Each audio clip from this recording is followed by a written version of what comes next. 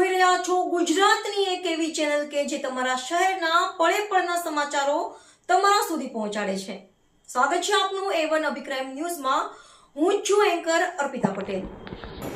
શેરબજારમાં રોકડના નામે સાયબર ઠગાઈ કરનાર આરોપી અમરેલી સિટી પોલીસે ઝડપી પાડ્યો છે। માત્ર 2 મહિનામાં બેંક ખાતામાં ₹2.74 કરોડથી વધુના શંકાસ્પદ વ્યવહારો, ગુજરાત સહિત 8 સાયબર ફરિયાદોનો ખુલાસો। શેરબજારમાં ઊંચા વળતરની લાલચ આપી ઓનલાઈન ઠગાઈ આચરનાર આરોપીને અમરેલી સિટી પોલીસે ઝડપી પાડી મહત્વપૂર્ણ સફળતા મેળવી છે। આરોપીના બેંક ખાતાની તપાસ દરમિયાન માત્ર 2 મહિનાના ટૂંકા ગાળામાં ₹2.74 કરોડથી વધુના શંકાસ્પદ નાણાકીય વ્યવહારો સામે આવતા સમગ્ર મામલો ગંભીર બન્યો છે। આરોપીના બેંક ખાતાની વિગતો ચકાસતા ગુજરાત ઉપરાંત અન્ય રાજ્યોમાંથી નોંધાયેલી કુલ 8 સાયબર ફ્રોડ ફરિયાદો સાથે તેનું કનેક્શન હોવાનું સામે આવ્યું હતું। વધુ તપાસમાં આરોપીઓના ખાતામાં માત્ર 2 મહિનાના ગાળામાં ₹2,74,40,197ના શંકાસ્પદ ટ્રાન્ઝેક્શન થયા હોવાનું બહાર આવ્યું છે।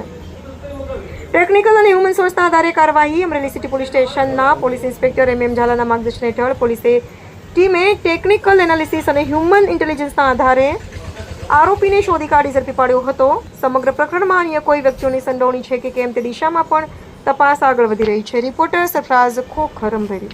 42 ઓફેન્સીસ દાખલ થયેલ છે। આમાં મોટા પ્રમાણમાં સાયબર ઓફેન્સીસ, સાયબર ફ્રોડના ઓફેન્સીસ છે। આમાં જે રકમ છે એ રકમમાં સાયબરના બનાવમાં આપણે એ રીતના રકમ એક કદાચ ભોગ બનનારની 50,000 લાખ અમારી પાસે 2 કરોડ સુધીના સાયબર ફ્રોડ દાખલ છે। પણ એ જરૂરી નથી। જરૂરી એ છે આપણે જ્યારે આ સાયબર ઠગિયા છે એનું અકાઉન્ટ જ્યારે એનાલિસિસ કરીએ, દાખલા તરીકે આ જે કેસ આપણે આજે ડિસ્કસ કરીએ છીએ આમાં આપણા એના જે ભોગ બનનાર છે એના 96,000 જ ગયા છે। પરંતુ જ્યારે આપણે સાયબર ગઠિયાને જ્યારે આપણે અહીંયા લાયા, એના અકાઉન્ટ એનાલિસિસ કર્યો ત્યારે માત્ર છેલ્લા 1 મહિનામાં એના અકાઉન્ટ પર 2.5 કરોડ રૂપિયા આવેલા છે અલગ અલગ અકાઉન્ટમાંથી। અને એ તપાસ દરમિયાન ખુલવા પામેલ છે એના અકાઉન્ટમાં જે 2.5 કરોડ આવ્યા છે બધા સાયબર ફ્રોડના પૈસા છે।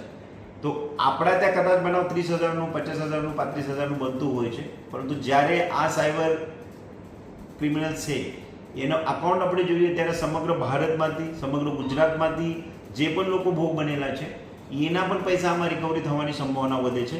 જિલ્લા પોલીસે છેલ્લા 1 વર્ષ દરમિયાન 1 કરોડ કરતાં વધારે પૈસા કોર્ટ થકી જે ફ્રીઝ થયેલા હતા 4 કરોડમાંથી એ 29-30 અરજીના આધારે અલગ અલગ જિલ્લા કોર્ટમાંથી પરત અપાવેલા છે। બાકીના જે પૈસા છે એ પણ એની જે પ્રક્રિયા છે હાથ ધરીને પરત આપવાની સતત પ્રક્રિયા છે, એના થકી પરત આપવામાં આવશે। સાયબરમાં 29-30 ઉપર જાણ કરવાથી તમને જે મૂળ ફાયદો થાય છે ભોગ બનનારને, એ ફાયદો છે એની રકમ તમારી જાય છે તો તાત્કાલિક તમે જાણ કરશો એ પૈસા લોકો ઉપાડતા પહેલાં તો એ રકમ ફ્રીઝ થાય છે અને એના અકાઉન્ટમાંથી કોર્ટ ઓર્ડરથી તમને રકમ પરત મળે છે। પરંતુ સાથે સાથે તમે ગુનો દાખલ કરો તો ગુનો દાખલ કરવાથી આ જે સાયબર ટોળકી છે એ ટોળકીને પકડવા માટે વારંવાર એમને ગુના દાખલ કરવાથી એ ટોળકીને સંગઠિત ટોળકી તરીકે ગુનો ઉમેરવા સારું, જેથી કરીને આ લોકો વધુમાં વધુ સમય જેલના પાછળ રહેશે। આ લોકોને વધારે ગુના દાખલ થાય તો પોલીસ સારી રીતે એને ઇન્ટ્રોગેટ કરી શકાય, સારી રીતે તપાસના કામે એને સજા પાડી શકાય। એ વસ્તુ તમામ જરૂરી છે, જેથી કરીને આ બાબતે નાગરિકો પાસેથી એ અમારી અપેક્ષા છે।